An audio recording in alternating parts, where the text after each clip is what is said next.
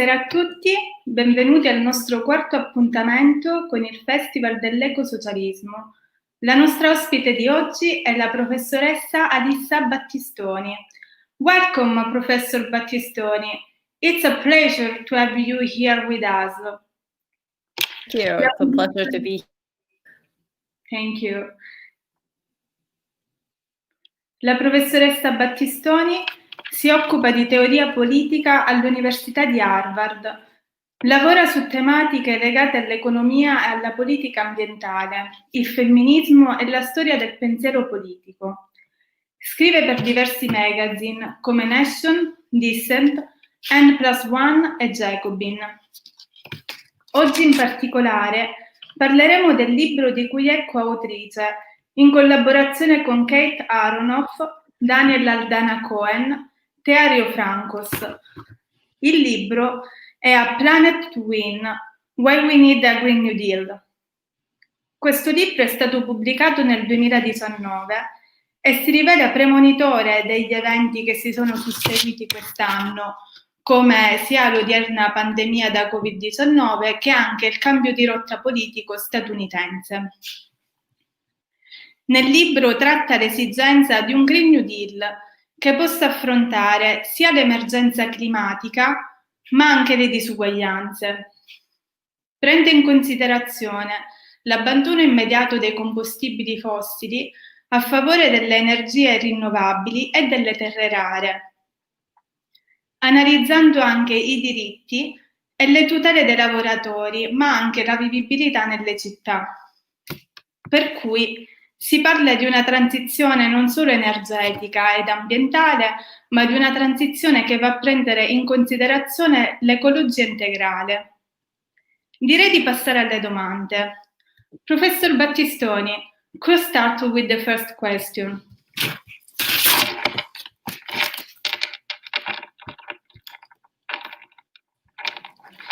The book talks about a crisis linked to the performance of oil stocks.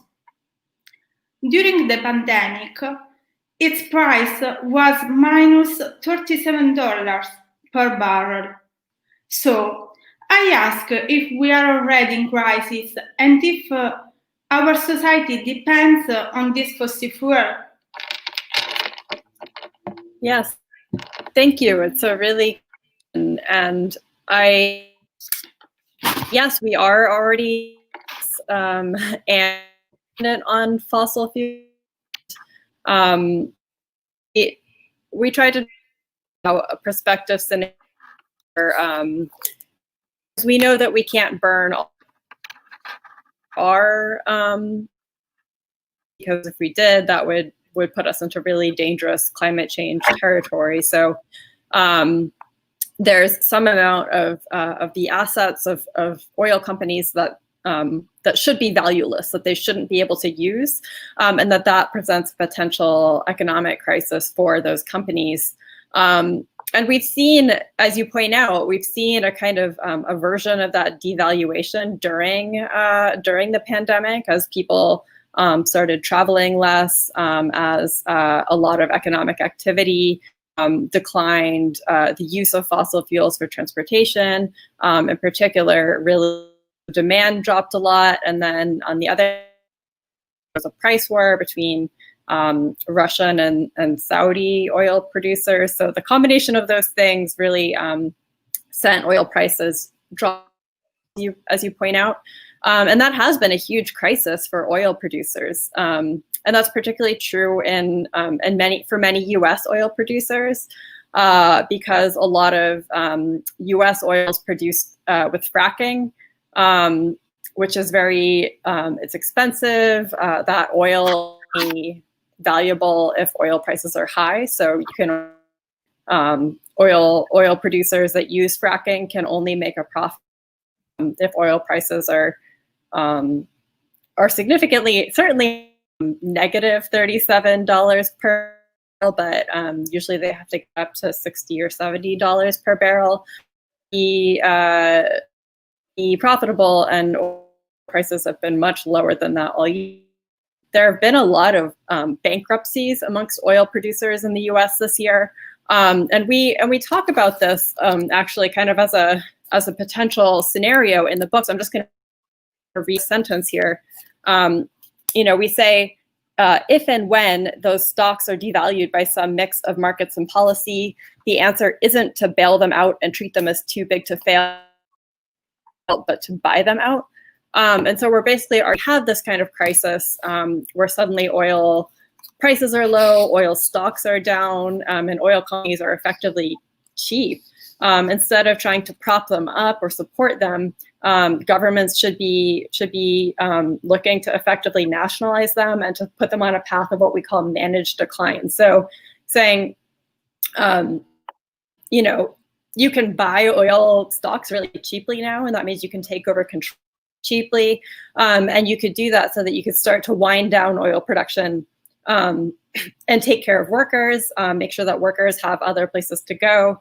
There have been an estimated 1 million oil and gas workers thrown out of work this year because these companies that, oil and gas companies are going bankrupt and are shutting down production. And that means that a lot of people are out of work. So, you could use that as an opportunity to start giving those workers green jobs, to put them into other kinds of work that aren't in the oil and gas industry, and to start shifting away from those resources. But instead, what we're seeing is often the opposite, which is a move to try to help oil companies get through the crisis when we should be using it as an opportunity to take them down, I think. So yeah, a contradiction where crisis, but we're not using that moment of crisis to sort of to move from fossil fuels.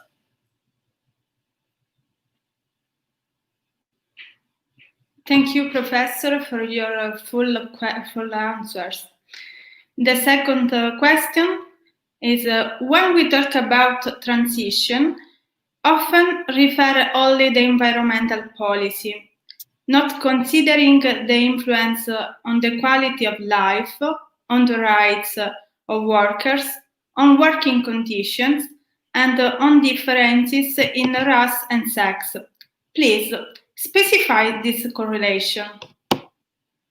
Yes, I think that's a really important question, and it's one that we've seen asked a lot about the Green New Deal, because people have said, a lot of the ideas of the Green New Deal sound nice, but they're not really environmental policy. They're like social policy. They're not about traditional environmental issues. And what we really want to argue is that you can't think about the environment as separate from other social issues and other economic issues, because really all of these other aspects of social life and economic policy are really connected to and bound up with environmental policy. We need to look at how carbon emissions are embedded in all of daily life. So, it's where we live, how we get around, how we keep our homes warm or cool, what kinds of jobs we do, these other things that are really about how we live. And those in turn are shaped by other factors like, as you know, gender and race, and are imbued by these other kinds of qualities. So we really have to think about how can we see something like housing policy as really connected to environmental policy. If we can live in dense places close to public transportation instead of in that you can only get to by car, that's a big difference for climate change. But then that raises questions about who can afford to live where, what kinds of jobs people are able to do. As I mentioned with something like oil workers, those we have to figure out how people who are currently dependent on carbon intensive jobs or jobs in environmentally destructive industries can have other kinds of work so that they don't have this incentive to be opposed to environmentally beneficial policies. So we really beyond just a question of like what kind of energy we're using, to how we're using energy, to do what kinds of things, for what kinds of ends, what kinds of how that energy is either helping people or people's quality of life and social welfare, or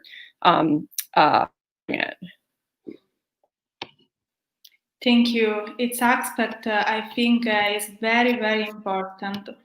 The next question is, there is a relation among construction and urbanization. In particular, I'm talking about to the price paid by suburbs, not only in terms of aesthetics. Which is the eco-sustainable vision to avoid ghettoization in the suburbs of cities? Yeah, that's a very important question, and I think it follows in a lot of ways from what I was discussing in my previous answer. I think there's probably like a little bit of a difference in terms of what the suburban landscape and different places, but the real question of how do you address things like gentrification in inner cities, and people being pushed out to suburbs where they don't have to some of the things that we associate with like green densities. I was just mentioning how dense housing and transportation and all of those things. And if cities become too expensive for people to live in them, then you have a problem where maybe wealthy people who are able to live in city centers have access to these sort of green amenities of like public goods, but what do you do about the surrounding areas? And my co-author Daniel Aldana-Cohen has done a lot of really interesting research in Sao Paulo, actually, and in New York, but primarily in Sao Paulo. And we really argue that we need to think about how we can make cities, actively work affordable for working class people. And so in particular, two sort of main thrusts of that are, one, making sure that we are building affordable public housing in city centers close to jobs, other urban amenities, all of these things. So making it possible for people to in these sort of potentially lower carbon environments. And that means that things like housing policy, like rent control, like public housing, can actually be really important environmental policies, even though they're not often treated as environmental policies.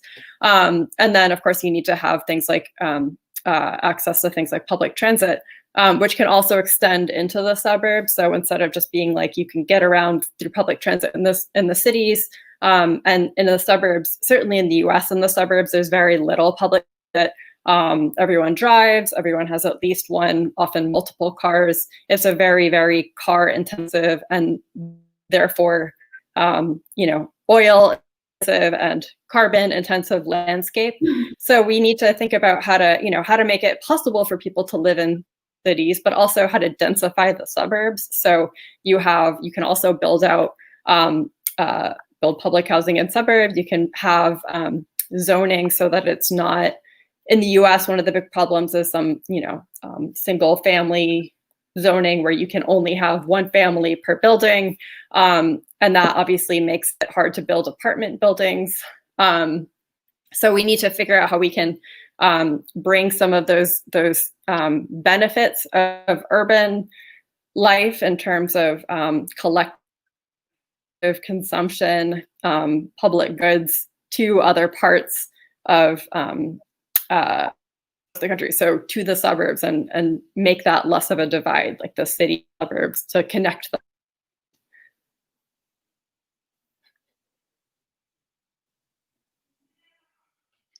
Thank you. It's very clear.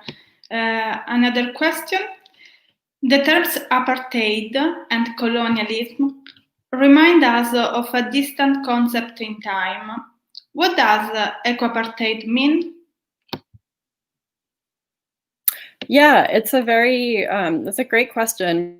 We talk about what we call eco-apartheid in the end of the book, because most of the book is a vision of the future we want and how we could live in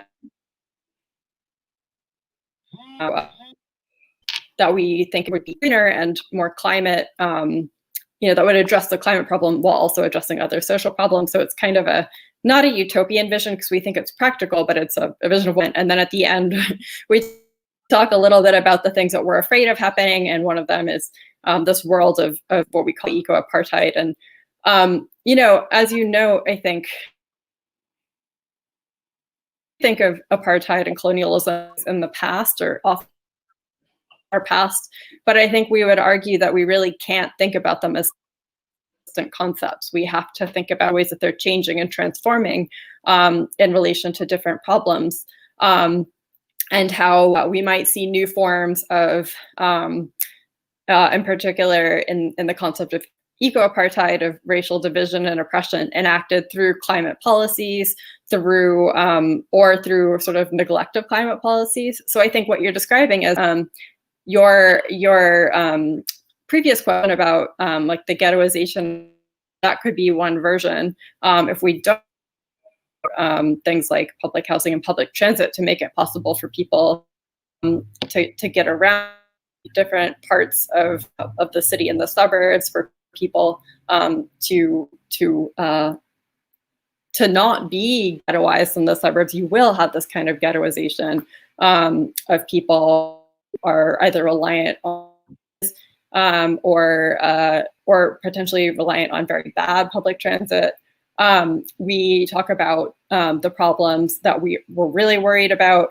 I think it intensified right-wing response to problems of migration, particularly as we're worried about the hardening of borders in response to so if you have, for example, droughts worsening in African countries, and that intensifies the refugee crisis in Europe, that there will be more and more, there obviously already are, but responses that are both not taking responsibility for the climate problem and to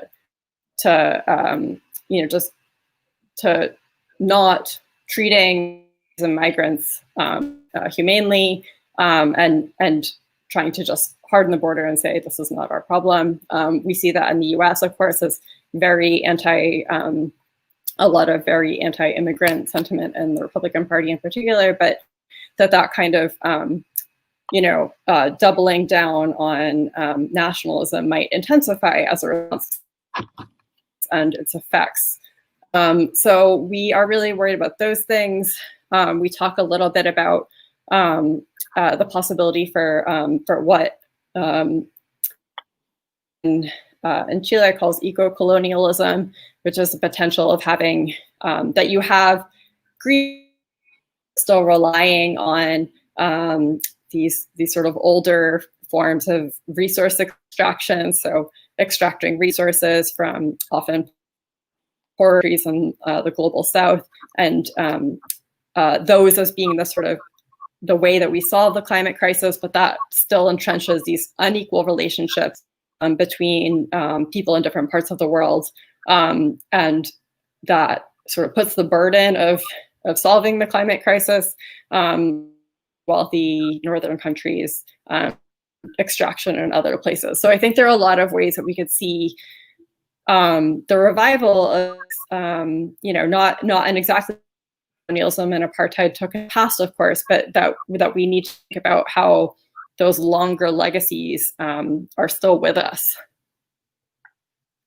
Okay, thank you.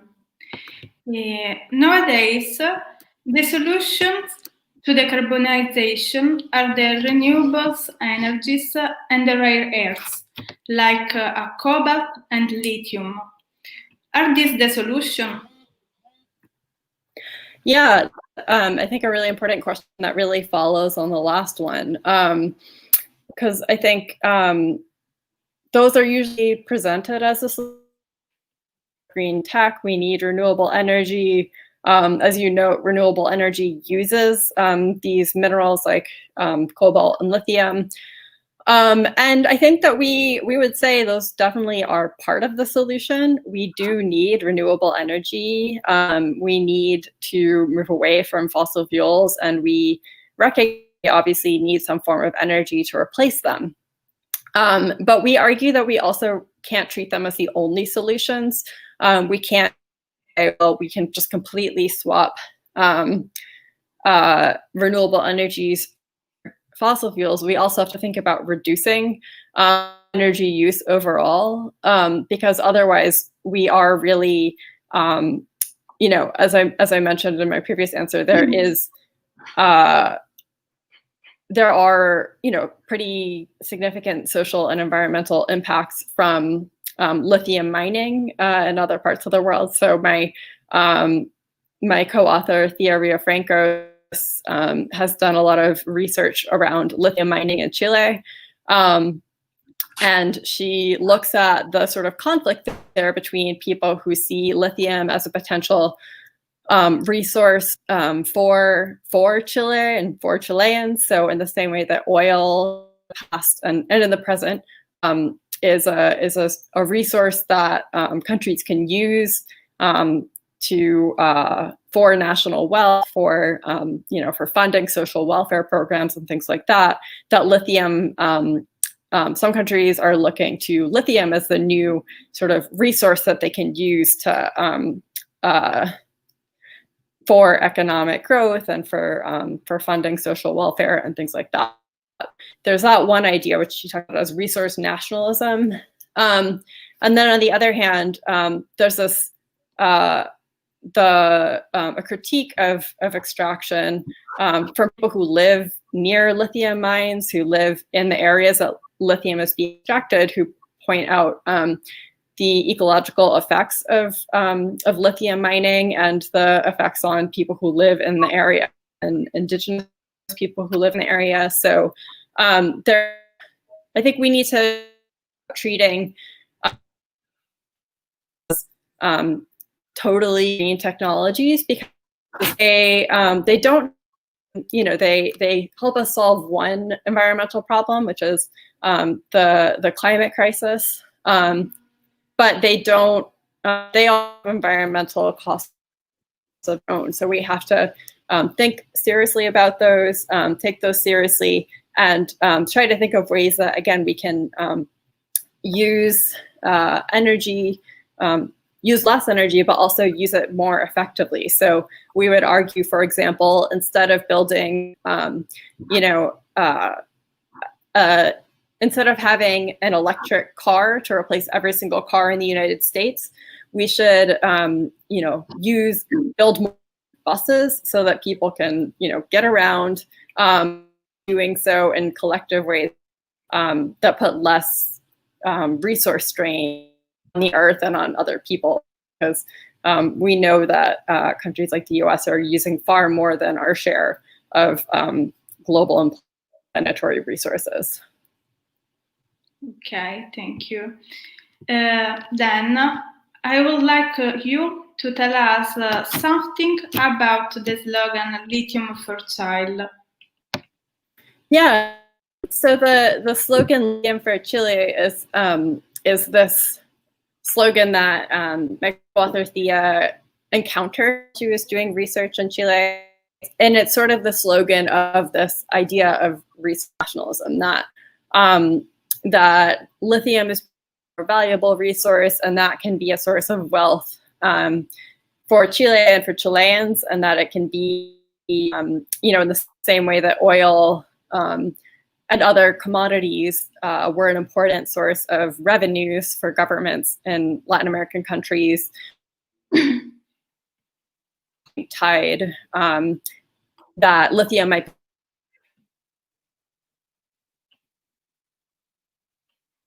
the next should use that to address poverty and other social issues at home. And that is an important, that's important. And I think that those kinds of resources can be beneficial in some ways, but that there's also, there are, again, there are costs to extraction as well as potential benefits from it. Thank you. This scenario is very clear and more interesting. I finished with my question. Let's see if there are any questions from the audience.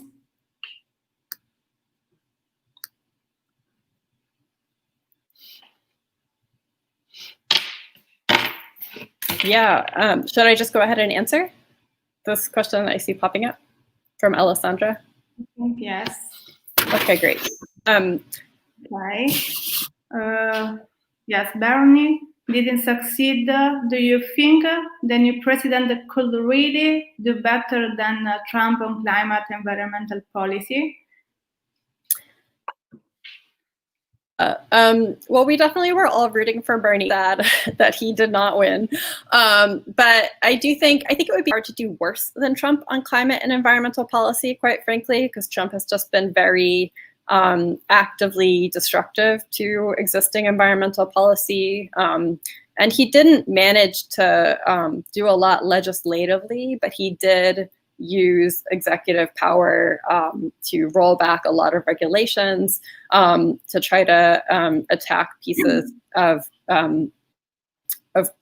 climate and environmental policy that President Obama had put in place. So I think that there's some, the problem is that Joe Biden is not going to, we'll see. He probably will not have as much control as we might like, because he may not have congressional power. He may not have there may not be a Democratic Senate. So there are limits to what he can do in terms of passing legislation, passing a big spending package and things like that. So that is, I think, a big problem, and one that we really need to push very hard on. There are some things that he can do around the margins. So he can, he can use executive actions, basically do the same thing that Obama did in terms of trying to institute certain regulations that don't require legislative approval, that through executive power. But the problem with that is that, as we've seen, Obama instituted a bunch of, executive action, climate and environmental protections. Then Trump rolled them back. Now Biden will probably roll back the rollbacks and reinstitute some of those policies. But we can't keep going back and forth like that. That's not obviously a model for a sustainable energy, environmental, climate future. So we really do need to have this kind of major, we need to have some more, legislative action that will have more staying power. And it's, the thing that's really frustrating is now is a very good opportunity to do that, because, we're in this economic crisis. We really are in a time when a lot of government spending would be, we could imagine a lot of government spending. We already saw COVID back in April. There's talk about another $1 trillion release stimulus package. There's a lot of money potentially flowing from the government right now, and so it would be really good if we could start directing into to green infrastructure, things for oil work, into all of these kinds of our problems, but we haven't been able to do much about. Unfortunately, that may be tricky to do if Republicans are obstructing action as much as they are. So we are in kind of a tricky spot right now.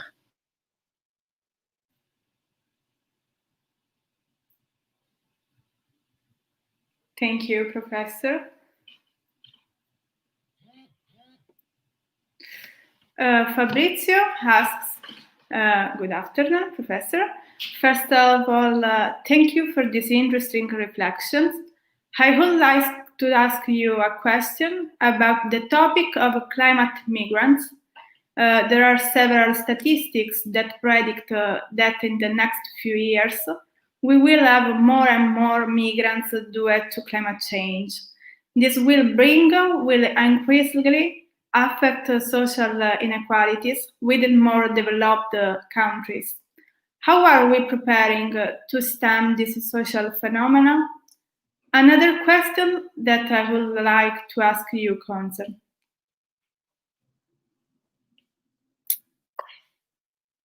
Of the second question. Let's start with the first one. I definitely predictions that there will be refugees, and I think that's I accepting more. I think that for a lot of reasons, I think we can accept more micro in general, and with climate responsibility, given that other industrialized countries bear responsibility for climate change, really have to take that very seriously, a moral obligation. We are much more the people who are migrating are in many cases the least responsible for it. They and their countries have historically emitted very few emissions, and other the effect change. So I really think that we do need to. I think the problem of climate change is, I don't think that it's a good thing that to leave their homes. I think that's pretty disturbing.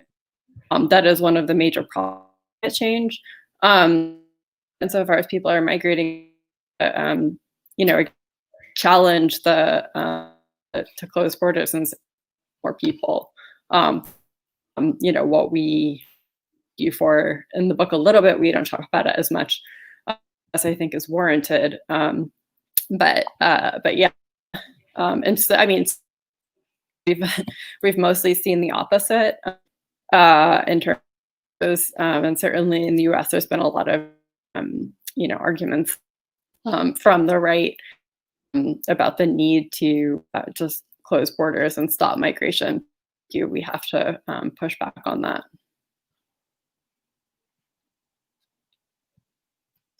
Okay, it's clear. I have another question from Matteo Nepi. Okay, I translate it. In the election debate with Trump, Biden said the Green New Deal isn't his plan.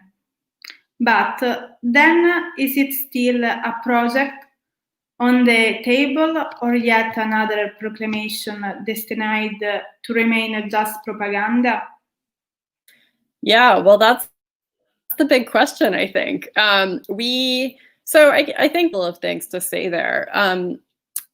First, it has tried to back away from the Green New Deal, come to be seen as like associated with the left wing of the Democratic Party, and Joe Biden really a centrist who was going to kind of just take things back to normal, back to the Obama years. I don't think that's possible, but that was his pitch. So he was trying to distance himself from, the AOC Bernie wing of the party, and say, I'm not in favor of the Green. I actually think in some ways that was the rhetorical or propaganda piece of it, because his actual climate program, his like platform that was on his website, and that he ostensibly was his policy proposal, a lot of Green New Deal ideas around public investment, green jobs, public infrastructure, or spending on infrastructure, and so on. It didn't address the things that I think are brilliant components. Took on board that were part of New Deal vision. So I think in which actually some of the are actual like phrase deal, because it's criticized. See, I don't care if it's the Green New Deal or not. It's have the policy. Of course, is that Joe Biden, that was his climate policy abstract. Actually, get that another problem. I really think that road to having actual climate goes beyond slogans, and as you say, is to actually build for it, because in the past, and was very technical, not have like popular support, and the idea is to actually deliver, you know, a lot of that are linked to climate action, so that people support further climate action in the future. And if you don't do that, then I think you just end up with hitting a lot of walls, the way that climate policy has in the past. Okay, thank you. It's very clear. The second question of Fabrizio is, there are several statistics that predict that in the next few years we will have more and more migrants due to climate change. This will increasingly affect social inequalities within more developed countries. How are we preparing to stem this social phenomena? This is the second part of the first question. I think that was the first. That was for hearing that part before. Part of that question.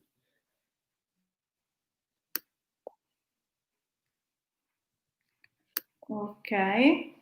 Well, I can just, you know, what I said before, I think holds still for that. Okay. Oh, okay. This.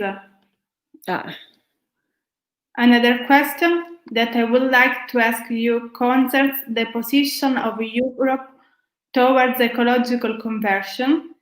It is news a few months ago that one of the most speculative funds in the world, BlackRock, becomes a consultant of the European Union for ecological transition and sustainable investment. How much can we trust the real sustainability intentions of investment funds and the European institution for a genuine ecological transition? Okay, this is the second, I'm sorry. Yeah. Yeah, a very interesting question. Yeah. A bunch of controversy over Black. Joe Biden is appointing one of a consultant who worked for to be on economic council, and so people saying that's you know, that means bad news for climate. How far can we trust? I would say not very far. I think that you know, there has been a shift, or there is increasingly amongst big financial that there's going to be, we are sort of in the beginning of an energy transition, that that there is a limit, or that fossil fuels have a limited future, and there's growing interest in green investment from the private sector. So I think we should take that seriously and recognize that, but not just say, okay, great, like because I don't think that's true. And I think you know, the interests of those investors are going to diverge, and I think important ways from those of, you know, the general from want, if we're thinking from the perspective of you know, of the public. I think we should be to use that to the extent we can. Those kinds of investments. You know, helping to kill the fossil fuel, I hope. Previous moments at which like finance was going to say, so I think we shouldn't get too over this either. There was like a green investment about too, but I think it is a sign of that the writing is on the wall for the fossil fuel industry.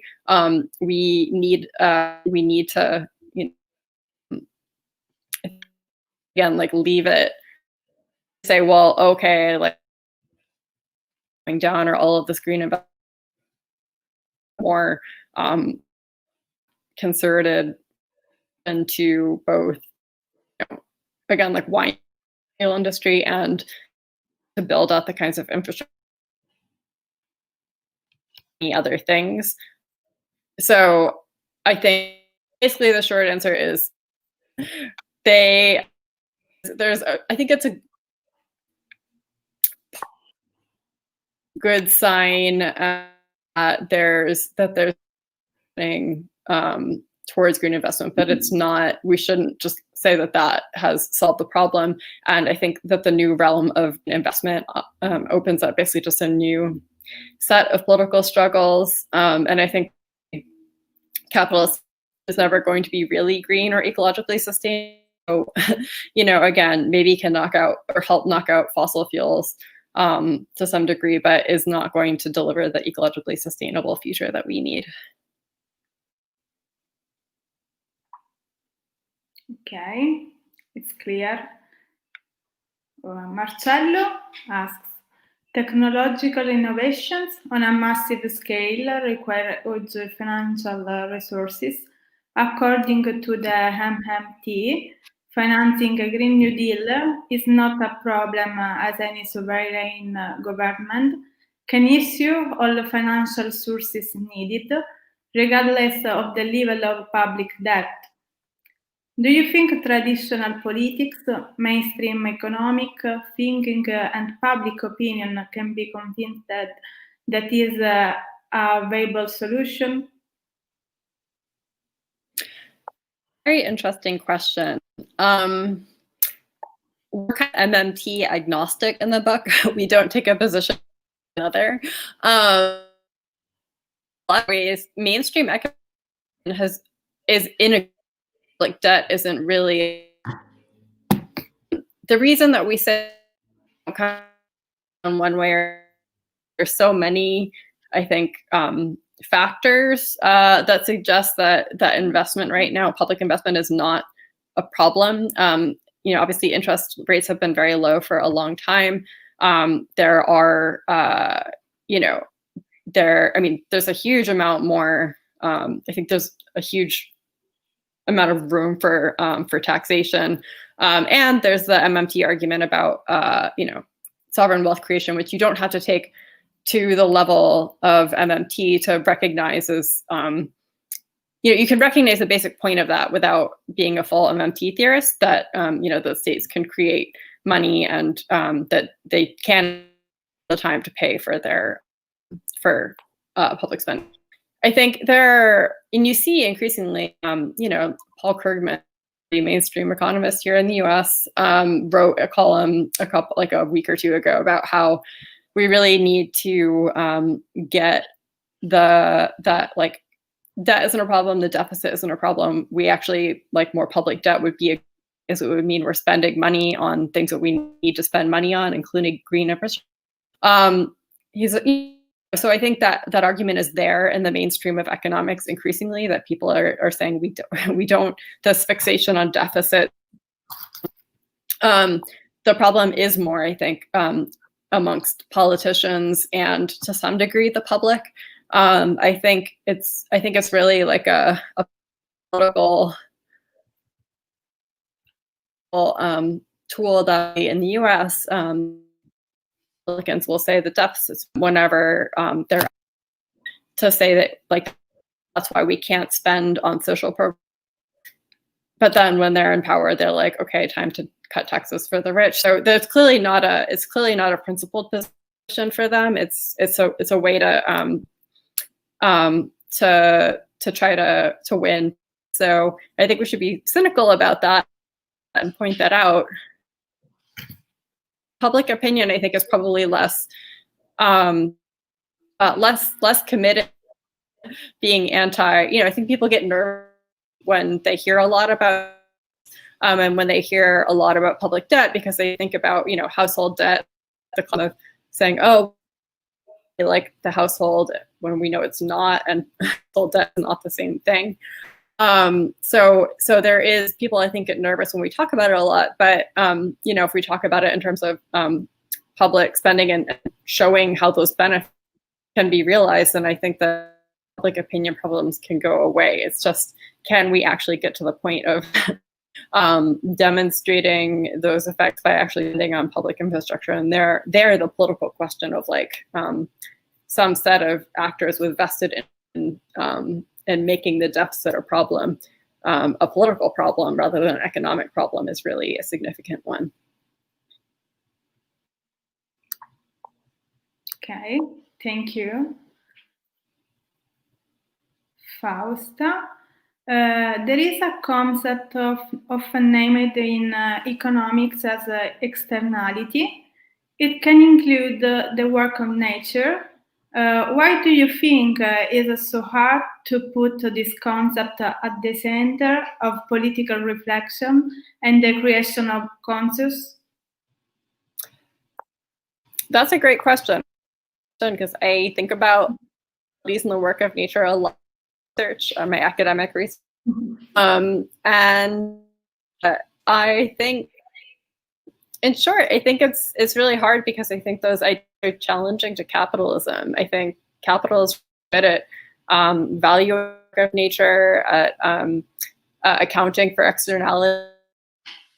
Profitability is the idea that you can externalize costs, that you don't have to pay for the cost of pollution, you don't have to pay for the costs of climate change, that you don't have to pay for the gifts of nature, are called the free gifts. So I think there's those are, you suddenly had to pay for all of those things. Production would be a lot more expensive, and that would be a problem for a lot of industries. So I think it's basically a more challenging idea, and mainstream economics usually treats the externality as being, and we would have to change,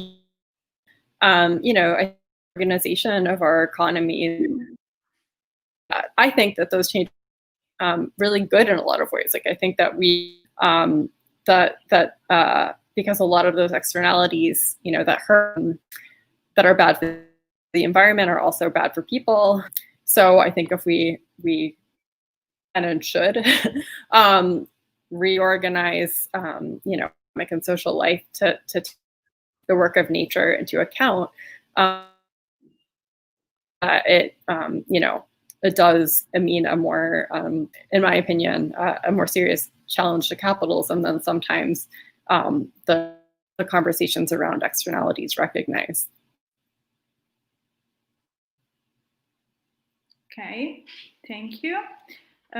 Claudia, Professor, a few days ago I listened to the interview with Professor Joel Wainwright on climate leviathan. Professor Wainwright and Mann predict that climate change will be governed by the plains elites who are sadly not interested in the ecological and social well-being of the planet. In such a perspective, to what extent can the Green New Deal you envisage really be implemented? Will social struggle and revolts be necessary and where? Thank you so much. Yeah, that's a great question. I really like Wainwright's work. I find it very informative. Do disagree with them, and so I do think they're so far, and political elites who have managed climate change.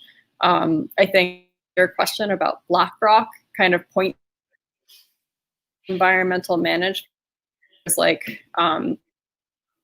has a sustainability investment, but they don't really social and ecological welfare. And I do. I also think, however, there are different interests within so oil industry have different the insurance industry, which has to pay out for all of the for the storms and harmful effects that come with climate. So there are these interests within capital, and again, I think that can do at least a little bit of work.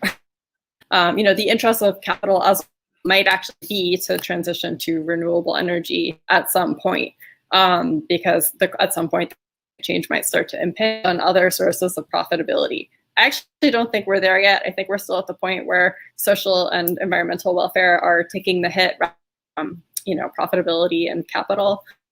So we should, be attentive to that dynamic. But but I think we should also recognize that there is some interest that capital has in not completely destroying the planet, since it also requires the planet to continue for capitalism to continue to operate. So there's a little bit there.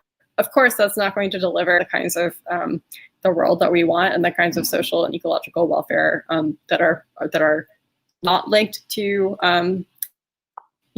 to the interests of capital. So that's where I think the question of how much we can challenge those political and economic elites really comes in. And that's, I think, the Green New Deal is really important, because it's, we see it as, our argument is that capitalism in the long term is not sustainable. We can't really green capitalism in a really substantial way. That there is a real conflict between capitalism and equal sustainability, but we also have to do what we can in the short term to decrease those impacts, to buy ourselves time. We can't wait for the end of capitalism to start attacking the climate problem, because I think in that case we're going to be in serious trouble. We don't have the time to do that. So we really see it with an attempt to start tackling decarbonization within capitalism, while also building social bases of people who are trying to steer the management of climate change and other social problems in a different direction, away from this model that Mann and Wainwright talk about as being governed by economic elites, and towards one that is oriented towards the forms of social ecological welfare that can't be realized. Led model. So we're saying, we have to build political power to try to contest elites, and that's what the Green New Deal do. So I definitely think it will take conflict and struggle, and those kinds of struggles. Absolutely. Whether it will work, I hope it will work. Mann and Wainwright might disagree. If they disagree, challenge that the power of those elites, and I think we're really kind of throwing up our hands and saying we're giving up on addressing the climate crisis and the ecological crisis. So I'm not ready to do that. I really think we have to be thinking about ways that we can start building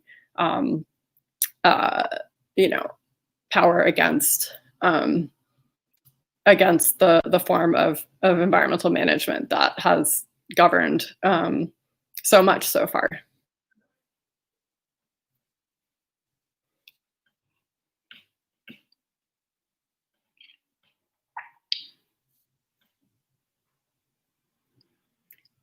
Thank you, Professor. I think we have another question. Each answers are very clear, interesting, and very, very full. Thank you very much, Professor, for being here with us. Grazie a tutti per aver partecipato a questo appuntamento. Vi aspettiamo con il prossimo appuntamento giovedì. Buona serata. Goodbye. Thank you. Thank you too.